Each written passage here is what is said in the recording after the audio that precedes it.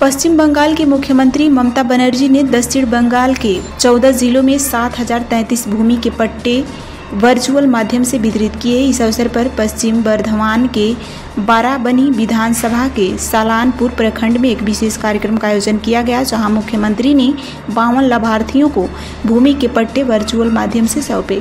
रूपनारायणपुर स्थित नंदनीक सभागार में आयोजित कार्यक्रम में मुख्यमंत्री के वर्चुअल उद्घाटन का समारोह का सीधा प्रसारण किया गया।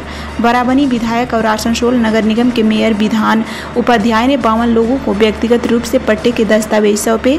इस कार्यक्रम में सालानपुर ब्लॉक के बीडीओ देवांजन विश्वास, जिला परिषद कर्माध्यक्ष मोहम्मद अरमान, प्रखंड पंचायत समिति उपाध्यक्ष विद्युत मिश्रा समेत कई अन्य लोग मौजूद रहे।